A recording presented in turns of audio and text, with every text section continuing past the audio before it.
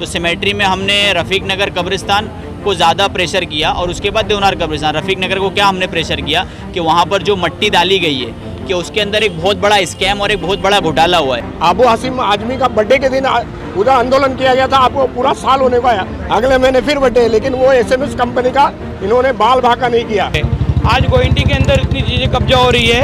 अगर आपको skill development centre बनाना था, हम चाह रहे कि आप बच्चे पढ़ लिख के लाइब्रेरी से IAS IPS बने, तुम बच्चों को लाइब्रेरी के अंदर कारपेंटर और प्लम्बर बना रहे हो। हमारे यहाँ के लीडर मुस्लिम है और वहाँ पर अगर कब्रिस्तान का करप्शन अगर हुआ है, मट्टी का करप्शन, तो बहुत शर्म की बात है कि बहुत सारे ग्राउंड जो है वो केयर टेकर पॉलिसी में, एडॉप्शन पॉलिसी में इस्तेमाल हो रहे हैं और कुछ ओपन स्पेसेस है जो MLA और वहाँ के जो लोकल पॉलिटिशियंस है वो अपने अंडर में लेकर अपना पर्सनल ट्रस्ट लगाकर उसको ऑपरेट कर रहे हैं। फैयाज जी, जिस तरह DMC के साथ में आज आपकी मीटिंग थी, इसमें आपको क्या आश्वासन दिया गया है?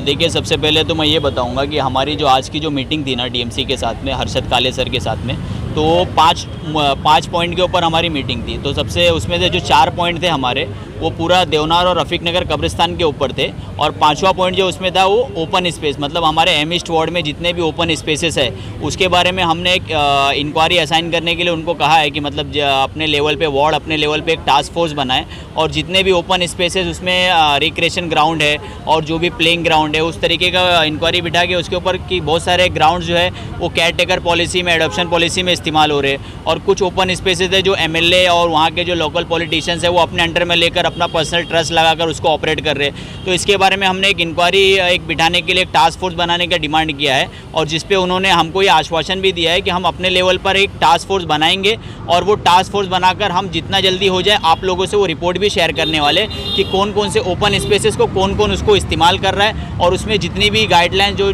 वार्ड के जो अपना गार्डन डिपार्टमेंट ने जो गाइडलाइन बनाया और जो गवर्नमेंट ने GR बनाया ओपन स्पेस को लेकर, उस पर कितने लोग उसका उल्लंघन कर रहे हैं और कितने उसको फॉलो नहीं कर रहे हैं, उस तरीके की भी पूरी रिपोर्ट हमको बनाकर वो एक रिपोर्ट बनाकर दी जाएगी। और उसके बाद जो सिमेट्री की बात आई, तो सिमेट्री में हमने रफ़ीक नगर कब्रिस्तान को ज़्यादा प्रेशर किया और उसके बाद देवनार कब्रिस्तान। रफ़ीक नगर को क्या हमने प्रेशर किया कि वहाँ पर जो मट्टी डाली गई है कि उसके अंदर एक बहुत बड़ा स्कैम और एक बहुत बड़ा घोटाला हुआ है। ये आप सब लोग को पता है कि गोंडी की जनता इसके ऊपर काफ़ी अच्छी तरीके से जानती है। कब्रिस्तान पे ये इश्यू हुआ था, दोनों कब्रिस्तान की मट्टी का मतलब जो बॉडी है वो गल रही नहीं है, तो कहीं ना कहीं आपने मांग किया कि दोनों कब्रिस्तान को सॉल्व किया जाए। जी देखिए, पहले तो हमने जो आज की मिनट्स में जो हमने रिकॉर्ड किया था वो सिर्फ रफ़ीक नगर डाला था, बट लोगों के जब ऑब्जेक्शन आए तो उसके बाद हमने सजेशन के बाद हमने उसमें रफ़ीक ने अपना देवनार कब्रिस्तान को भी ऐड करने के लिए एक स्पेशल लेटर दिया हुआ है और उसके ऊपर फिर BMC अपना DMC जो जिस तरीके से इन्वेस्टिगेट करेगी अपने लेवल पर, उसके बारे में हम उनसे फॉलोअप भी लेंगे और हमको लूप में लेकर ही सारे काम करना है। तो हम उसके ऊपर भी हमने प्रेशराइज़ किया है कि आप लोग देवनार के ऊपर भी एक सॉइल की उसकी टेस्टिंग करवाओ।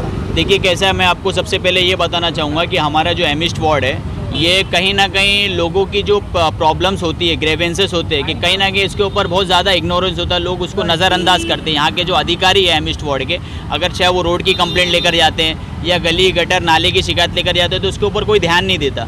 तो उसके लिए हर हफ्ते वीकली PG लिया जाता है, जो पब्लिक ग्रेवेंस डे कहा जाता है। जैसे मंडे और फ्राइडे हमारे एम ईस्ट वार्ड में PG लिया जाता है। तो हमने 2 से 3 बार PG के अंदर ये ऑलरेडी डिस्कस कर चुका है, चाहे वो कब्रिस्तान का मुद्दा हो या ओपन स्पेस का मुद्दा हो। हमने दोनों मुद्दे ऑलरेडी PG के अंदर अलका ससाने जो हमारी वार्ड ऑफिसर है उनके साथ में ऑलरेडी हमारे डिस्कस हो चुका है। वहाँ से जब नहीं होने के बाद वो मुद्दे उस वार्ड लेवल पे सॉल्व नहीं हुए तब हमको मजबूर है कि यहाँ पे डिप्टी म्यूनसिपल कमिश्नर के पास में आना पड़ा। लेकिन अब हम ये चीज़ और आपको बता रहे कि अब हम यहीं तक नहीं रुकने वाले।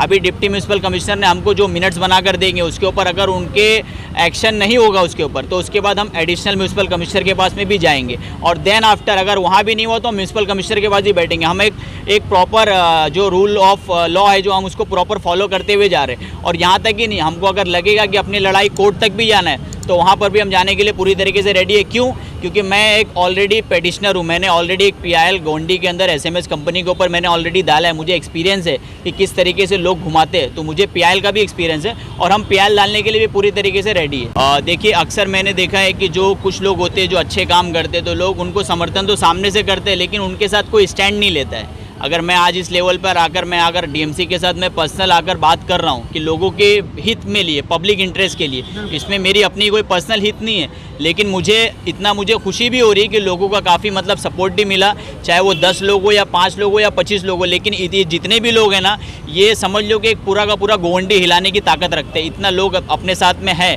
कि लोग पूरी तरीके से मतलब जनहित के मुद्दे के ऊपर कि लोग समर्थन कर रहे हैं हमारे चीज़ों को लेकर के, अपने डिमांड, क्योंकि आज जो है देखो गोवंडी की जनता अब उस तरीके की नहीं रही कि अब चाटू लोग आएंगे कि उनको अपने लालच देंगे कि लोग उनके पीछे जाएंगे, ऐसा नहीं, बल्कि अब लोग धीरे धीरे जागृत हो रहे हैं कि लोग अवेयर होते चले जा रहे हैं। देखो, इससे पहले हम लोग ने अलका सराहना मैडम जो एमई स्क्वाड की है, वहाँ पर हम लोग 10-15 दिन पहले मीटिंग किए थे।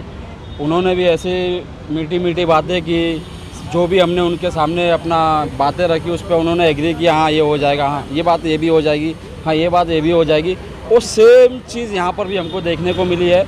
ये सिर्फ आश्वासन दे रहे हैं। और रही बात गोवंडी का कब्रस्तान का जो इशू है, आज 3-4 साल से कंटिन्यू बहुत बर्निंग इशू है। और इसके अंदर देखो कोई पॉलिटिकल पार्टी का हम वो नहीं बोलेंगे, लेकिन बस कहीं ना कहीं जो वहाँ पे सत्ताधारी लोग बैठे हैं, कहीं ना कहीं ये उनकी जिम्मेदारी है। उनके वजह से आज ये गोवंडी के सारे लोग, हर कोई पॉलिटिकल पार्टी से, कोई एनजीओ से है, हर गोवंडी के सिटीजन यहाँ पे इसलिए आज परेशान है क्योंकि आज लोगों के घर में जो मैयत होती है उनको 5-6 किलोमीटर दूर लेके जाना पड़ता है, और हर साल 2 साल पे एक बार कब्रस्तान बंद होता है। ये तकलीफ़ बहुत बड़ी है। और मरने के बाद में कहने की बात है कि हमारे यहाँ के लीडर मुस्लिम हैं, और वहाँ पर अगर कब्रस्तान का करप्शन अगर हुआ है, मट्टी का करप्शन, तो ये बहुत शर्म की बात है। अगर ये कोई नॉन मुस्लिम एमएलए होता या कोई नॉन मुस्लिम नगर सेवक होता, कोई पॉलिटिशियन होता, तो पक्षपात की बात होती थी। आज हमारे यहाँ पे हमारा एमएलए मुस्लिम है, वहाँ के नगर सेवक मुस्लिम है, इतनी बड़ी मुस्लिम आबादी होने के बाद में भी वहाँ पर इस तरीके का करप्शन हुआ, इस पर इंक्वायरी होना चाहिए। ये मांग हमने की है, लेकिन ये एक्सेप्ट भी की है, लेकिन ये मांग इन लोग आगे प्रोसेस करेंगे कि पता नहीं, जैसे फैयाज कहीं ना कहीं वो राइटिंग में लिख के देने को तैयार है, वो देने को तैयार है, लेकिन उम्मीद नहीं है। क्योंकि जहाँ तक कि आप देखेंगे एमई स्क्वाड बोलते या फिर ये वार्ड बोलते, एमई स्क्वाड तो इतना है कि समाज जो भी वहाँ पे सत्ताधारी लोग हैं उनका पूरा बल है, वहाँ पे वो पूरा अपना ताकत इस्तेमाल करते हैं।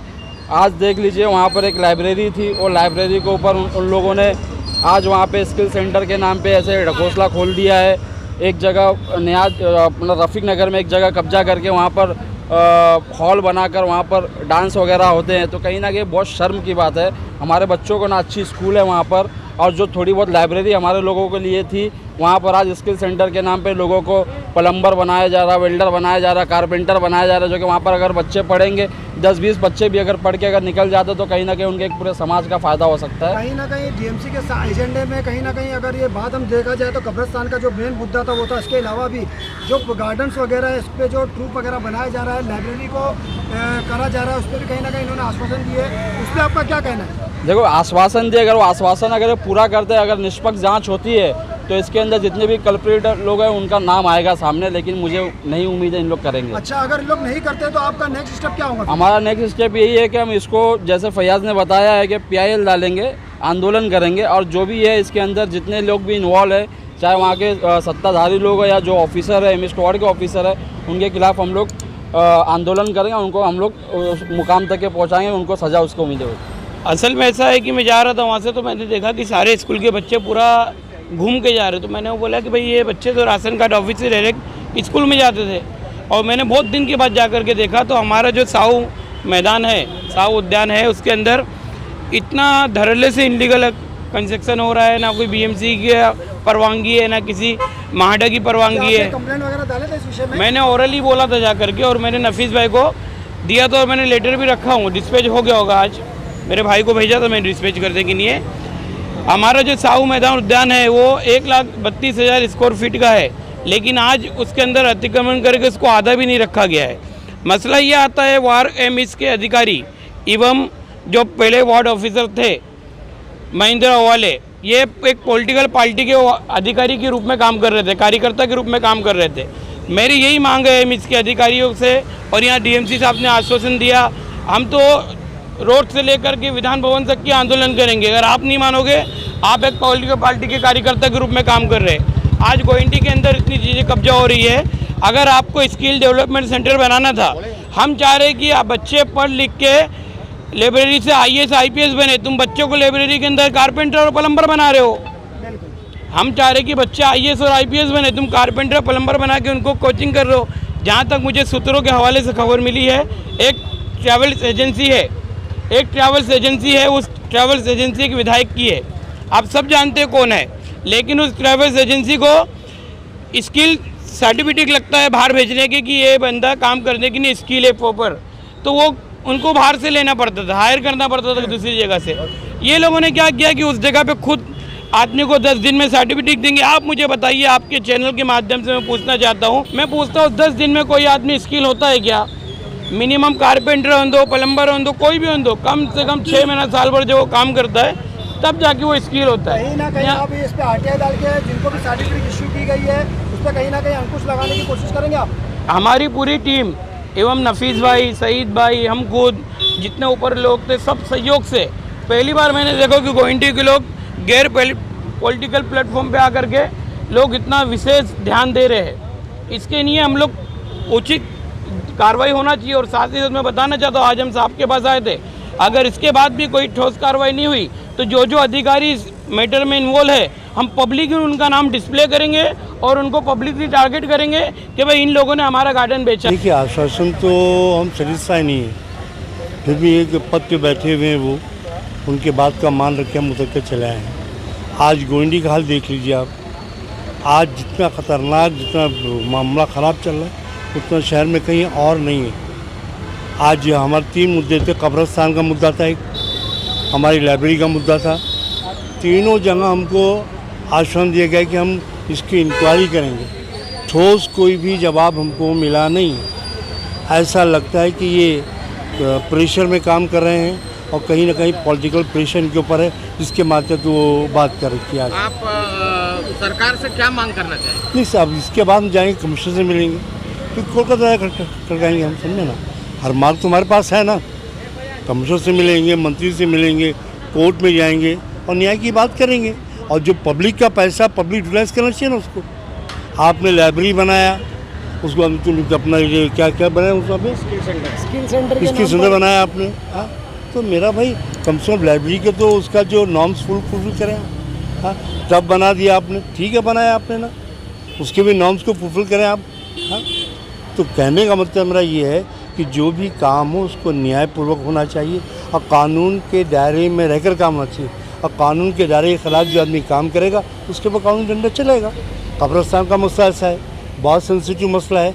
हमारे 2 कब्रिस्तान यहाँ पर हैं, वहाँ का हाल जाके देख लीजिए आप, पूरी मिट्टी ख़राब पड़ी हुई वहाँ पर इसके हम लोगों ने उसकी इंक्वायरी की बात की है कि जो मिट्टी डाली गई उसकी इंक्वायरी करें आप लोग। हाँ, बॉडी डिकम्पोज नहीं होती वहाँ पर।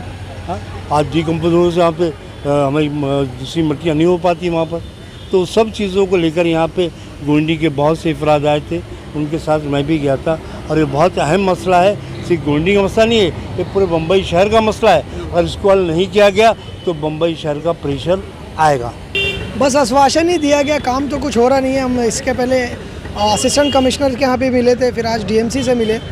देखिए, गोवंडी के अंदर जितने खेल के मैदान हैं, प्ले ग्राउंड और रिक्रिएशन ग्राउंड्स हैं, उसको एक पॉलिटिकल पार्टी और एमएलए, मैं नाम लेकर कह रहा हूँ, एमएलए अपने संस्था के नाम पर उसके ऊपर कब्जा करते जा रहे हैं। लोगों की भलाई के काम का नाम लेकर वहाँ पर वो अपने बिजनेस चला रहे हैं और अपने पॉलिटिकल पार्टी का उधर पे ऑफिस खोल रखा है उन्होंने, और लोगों को सिर्फ लॉलीपॉप दिया जा रहा है। कब्रिस्तान 2 गोवंडी के अंदर है, 10 लाख प्लस आबादी है, वो भी 2011 का सेंसस है।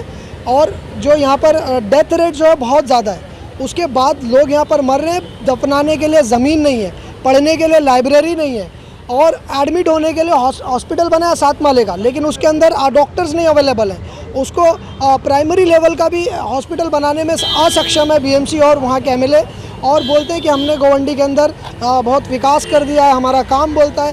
गोवंडी के अंदर जीना मरना दोनों दुभर हो चुका है। मरने के बाद लोग अपने मुर्दों को कभी छेड़ा नगर लेकर जा रहे हैं, कभी कहीं लेकर जा रहे हैं, इस तरह से भटकना पड़ रहा है। तो इन मुद्दों पर बीएमसी को कहीं ना कहीं आँख खोलना पड़ेगा, और ये जो अतिक्रमण किया जा रहा है एक एमएलए के द्वारा, उसके ऊपर एक्शन लेना पड़ेगा। यहाँ पर हम आए थे, हम सिर्फ प्रोटोकॉल फॉलो कर रहे हैं। अब हम किसी से रिक्वेस्ट नहीं करेंगे, हम छीन कर लेंगे, क्योंकि ये हमारा अधिकार है। और हम अगर गांधी के फॉलोअर्स हैं तो हम भगत सिंह के भी फॉलोअर्स हैं। हम बता दें कि जब तक हम गांधीगिरी कर रहे हैं तब तक हम गांधी हैं। जिस दिन हमने भगत सिंह वाली रास्ते को अपनाया तो बीएमसी और शासन प्रशासन सबको हिलाकर रख देंगे। ये गोवंडीकर और गोवंडी के यूथ की ज़बान में बोल रहा हूँ, हमको हमारा हक चाहिए, छीन कर लेंगे। गोवंडी में जो 2-4 शादी के जो हॉल है इलीगल तरीके से कब्जा करके बनाया गया, उस पर क्या आपका मत है? ये तो नगर सेवक हमारे यहाँ गोवंडी में इलेक्शन करने आते हैं, बाहर से लोग आते हैं। एमएलए हमेशा बाहर से आएगा, नगर सेवक लेकर आते हैं, पैसे वाले करोड़ रुपए इन्वेस्ट करते हैं, फिर उसके बाद वो जगह जगह पर ऐसे कब्जा करते हैं और वहाँ से 5 साल 10 साल 15 साल तक बिजनेस करके पैसे कमाते हैं। तो गोवंडी के अंदर शादी के हॉल आप देख लीजिए, ये किसी पॉलिटिकल पार्टी के ही होंगे, नेता जो यहाँ पर जीत कर आए एमएलए और नगर सेवक उनके ही होंगे।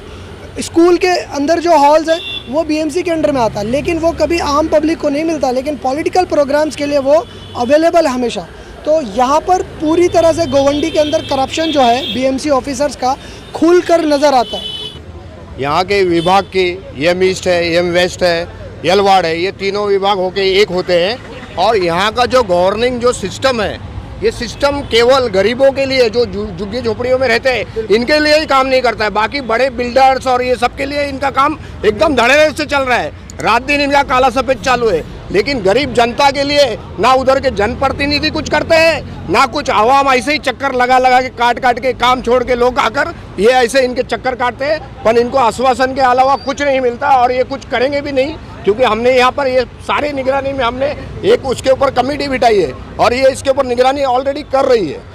एमएसटी का भ्रष्टाचार, एम वेस्ट का भ्रष्टाचार, यलवाड़ का भ्रष्टाचार, ये तीनों कोर है। संविधान के दायरे में रह के पीआईएल वगैरह या जो कुछ भी इन्वेस्टिगेशन होगा, जो कानूनी तरदूत करना है हम कर रहे हैं। हम रोजाना आरटीआई मार रहे हैं, रोज हम पकड़ रहे हैं, इंजीनियर को पकड़ रहे हैं, बिल्डिंग डिपार्टमेंट को पकड़ रहे हैं। और जो ये इन्होंने बोला सेग्रीगेशन, जो कब्रिस्तान का भ्रष्टाचार हुआ, हमने एसएमएस पे भी काम किया। उसमें हमारे पालक मंत्री आए थे, प्रकाश मेहता ने बड़ी बड़ी आश्वासन दिए, लेकिन आज 1 साल होने को आया ना। अपना आबू हासिम आजमी का बर्थडे के दिन उधर आंदोलन किया गया था, आपको पूरा साल होने को आया, अगले महीने फिर बर्थडे, लेकिन वो एसएमएस कंपनी का इन्होंने बाल बाका नहीं किया, ना उनके ऊपर कुछ एक्शन किया है। कहीं ना कहीं इनकी साठगांठ आपस में एक है, ये पब्लिक को सिर्फ आश्वासन दे रहे और अंदर इनका झोल सबका मिली भगत है। जनप्रतिनिधि भी उसमें इन्वॉल्व है, तो और जितने भी नेता है सब इन्वॉल्व।